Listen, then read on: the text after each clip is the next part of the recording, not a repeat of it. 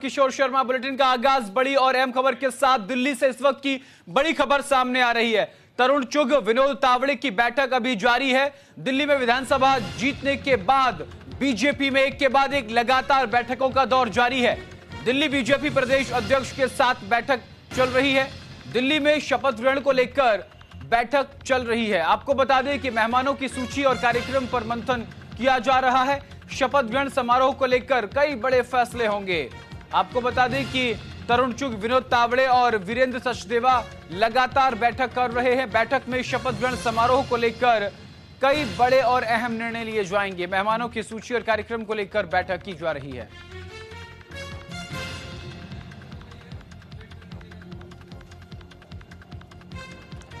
आपको बता दें कि जो बैठक चल रही थी, ये बैठक खत्म हो गई है और इसी खबर पर विस्तार से जानकारी के साथ हमारे संवाददाता आनंद कुमार सिंह हमारे साथ जुड़ गए। आनंद, दिल्ली में मुख्यमंत्री के चेहरे को लेकर अगर बात की जाए तो नाम साफ नहीं है, लेकिन पहले कयास लगाए जा रहे थे कि 19 फरवरी को शपथ ग्रहण समारोह हो सकता है। लेकिन चूंकि जो 16 तारीख को जो बैठक होनी थी वो ना होकर पर्यवेक्षक यानी ऑब्जर्वर नियुक्त करने को लेकर बात सामने आई। अब 20 फरवरी को संभवतः हो सकती है। लेकिन सबसे बड़ी बात यह है कि आज जो बैठक चली है, इस बैठक में मेहमानों को लेकर निर्णय लिया गया है, मुख्यमंत्री के चेहरे को लेकर निर्णय लिया गया है। क्या कुछ इस बैठक का उद्देश्य रहा है, विस्तार से बताइए आनंद कुमार सिंह।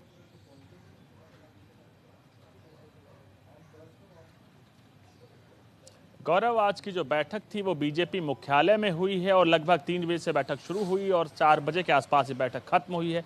इस बैठक का जो एजेंडा था, क्योंकि जो बैठक हुई इसको जो लीड कर रहे थे वो राष्ट्रीय महासचिव तरुण चुघ और राष्ट्रीय महासचिव विनोद तावड़े इसको लीड कर रहे थे। दरअसल इन दोनों की अगर बात किया तो ये दोनों ही शपथ ग्रहण के लेकर प्रभारी हैं और इनकी ये जिम्मेदारी है कि 27 साल बाद जो बीजेपी दिल्ली में जीत फतह करने के बाद सीधे तौर पर जब समारोह होगा शपथ ग्रहण, तो उसको कैसे भव्य बनाया जा सके और कहीं ना कहीं जो 27 साल के बाद बीजेपी के अच्छे दिन दिल्ली में आए हैं उसको उसी प्रतीकात्मक तौर पर सामने जनता के रखा जाए। अब बैठक खत्म हो चुकी है और जो बैठक से निष्कर्ष निकलकर सामने आया है, जो हमारे सूत्रों ने बताया है कि बीजेपी इस समारोह को भव्य तरीके से मनाएगी। एनडीए शासित सभी प्रदेशों के मुख्यमंत्री, उप मुख्यमंत्री इस समारोह में शिरकत करेंगे और उसके साथ 200 से ज्यादा सांसदों को दिल्ली में बुलाया जाएगा।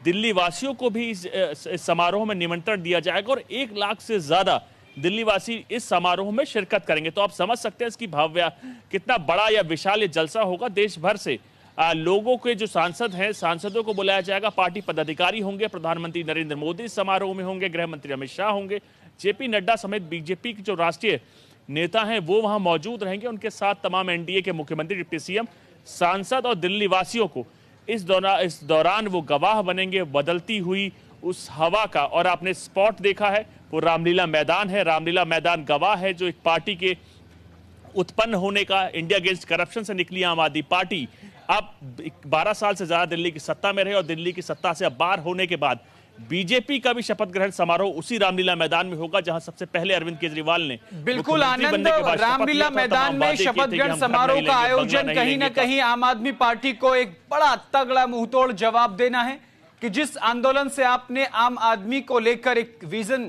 तैयार दिल्ली में किया था वो खास आदमी पर जाकर रुक गया। अब एक बार फिर से हम उसी मैदान में आए हैं और जो विजन हमारा है वो दुनिया के सामने है। जो वादे हमने दिल्ली की जनता से किए हैं उनको हम पूरा करेंगे। शुरुआत रामलीला मैदान से ही कर रहे हैं।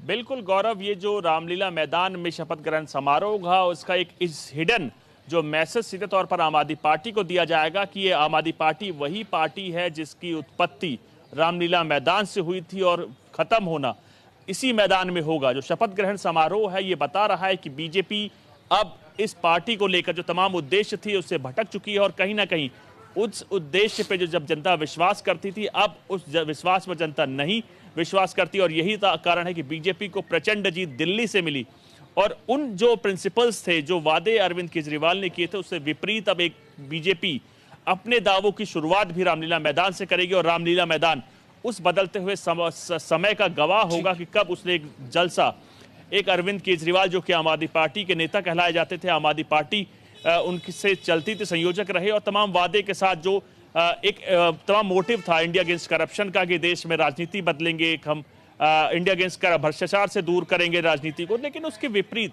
आम आदमी पार्टी के कई बड़े नेता खुद भ्रष्टाचार के आरोपी में जेल गए। अरविंद केजरीवाल जेल गए, मनीष सिसोदिया जेल गए, संजय सिंह जेल गए, सत्येंद्र जैन जेल गए। उसके बाद अब यही रामलीला मैदान गवाह बनेगा कि कैसे समय पलटता है और एक बार फिर। जी आनंद, ये बताइए कि मुख्यमंत्री की रेस में आज की अगर बात करें तो आज रेस में सबसे आगे कौन है? क्योंकि हर सुबह के साथ एक नया नाम दिल्ली की सियासत में उतरता है और ढलते सूरज के साथ वो नाम भी उतर जाता है। आज का अगर दौर की बात करें तो वर्तमान परिप्रेक्ष्य में किन का नाम सबसे आगे चल रहा है?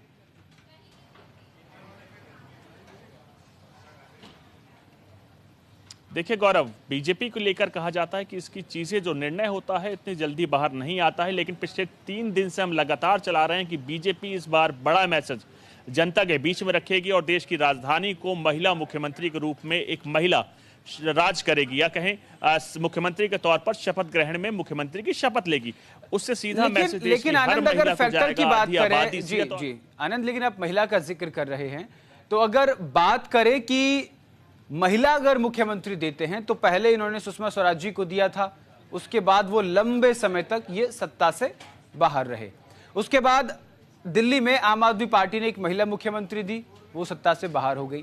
एक कहीं ना कहीं ये फैक्टर जो है, कहीं ना कहीं इसको भी ध्यान में रखा जा रहा है कि दिल्ली की सियासत पे अगर महिला को बिठाया जाता है तो कहीं ना कहीं मुश्किल है, क्योंकि कांग्रेस की सीट पर भी महिलाएं थी, शीला दीक्षित जी थी मुख्यमंत्री, वो हटी तो 10 साल तक सत्ता में नहीं आई है। यहाँ तक कि उनके हटने के बाद लगातार 6 चुनाव दिल्ली में हुए, तमाम सीटें हारे, तमाम चुनाव हारे हैं दिल्ली के अंदर।